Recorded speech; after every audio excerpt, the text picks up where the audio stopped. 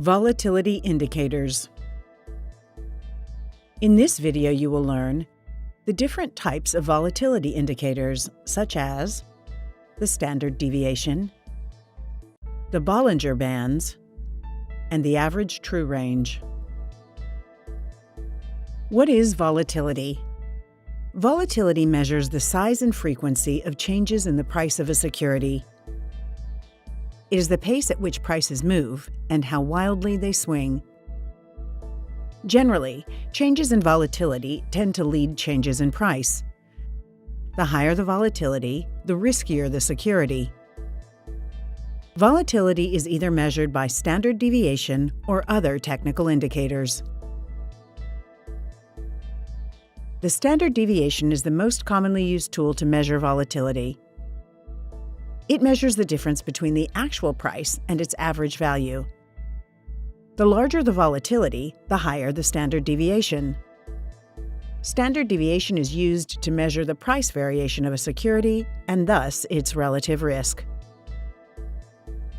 To calculate the standard deviation, first calculate an X-period simple moving average. The default period used is 21. However, in our example, we will use a 3-period moving average.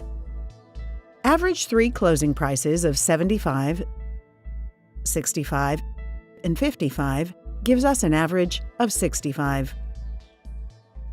The second step is to determine each period's deviation from this average. Our first close is 75 minus the average of 65 results in 10. 65 minus 65 is 0, and our third point, 55 minus 65, results in negative 10. Next, we sum the squares of each period's deviation. Negative 10 squared plus 0 squared plus 10 squared equals to 200. Divide this sum by the number of periods used. In our case, 200 divided by 3. Finally, we calculate the square root of this result, and we get 8.16 as the standard deviation. Standard deviation provides an estimate for expected price movements and hence the risk of a security. Price moves greater than the standard deviation show above average strength or weakness. These moves are used to spot overbought or oversold price conditions. Another volatility indicator is the Bollinger Bands. This volatility indicator was named after its founder, John Bollinger. He wanted to create a dynamic price channel that follows price movements and accommodates for volatility at the same time. This indicator is made of 3 bands, where the upper and lower bands are plotted 2 standard deviations above and below a moving average. Because standard deviation measures volatility, bands will be wider during increased volatility and narrower during decreased volatility. The middle band is the 20-period simple moving average. The upper band is plotted 2 standard deviations above the 20-period simple moving average. The lower band is plotted 2 standard deviations below the 20-period simple moving average. The most popular way of using Bollinger Bands is the squeeze. When standard deviation has low values, the bands squeeze and come near each other, implying low volatility. Low volatility begets high volatility. So when the bands squeeze, it provides a signal that a large move, up or down, is to be expected. A bullish signal is given as soon as the body of one of the candlesticks closes above the upper Bollinger Band. A bearish signal is given as the body of one of the candlesticks closes below the lower Bollinger Band. One of the signals from Bollinger Bands is a W bottom. The W bottom forms in a downtrend and indicates to a bullish reversal. First, a bottom forms below the lower band.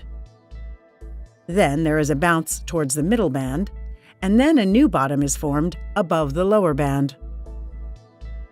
The pattern is confirmed after a move above the last top.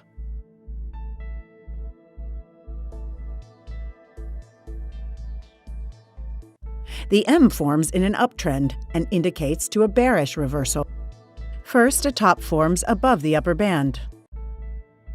There is a correction towards the middle band, and then a new top is formed below the upper band.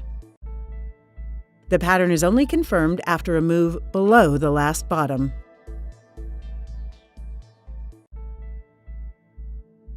Bollinger Bands also show whether prices are relatively high or low. Reaching the upper or lower bands indicates the movement is far-fetched and a correction is expected. If, after reaching the upper band, prices cross below the 20-period average, the lower band becomes the target. If, after reaching the lower band, prices cross above the 20-period average, the upper band becomes the target. Walking the bands. During a strong trend, prices can move alongside the upper or lower bands with many touches without correcting in the opposite direction. This is what is known as walking the bands. Strong trending prices will fluctuate between the upper-lower band and the 20-period moving average. A crossing beyond the moving average alerts for a trend reversal to the opposite side. Average true range is another volatility indicator that was developed by J. Wells Wilder. Using a volatility formula based only on the high-low range will fail to capture volatility from price gaps. This is why Wilder created the average true range, to capture this missing volatility. The average true range does not provide an indication of price direction, just volatility. True range is defined as the greatest of the following values: current low minus previous close, current high minus previous close, or current high minus current low. The average true range is a moving average for a true range for a specific time period, usually 14 periods.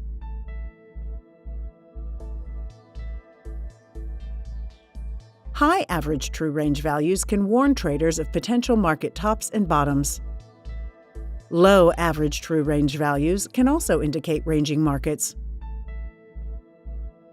Many traders use the average true range as their initial stop loss. A bullish reversal with an increase in ATR shows strong buying pressure and reinforces the reversal. A bearish support break with an increase in ATR shows strong selling pressure and reinforces the support break. In our next video, we will talk about average directional movement. Thank you for watching.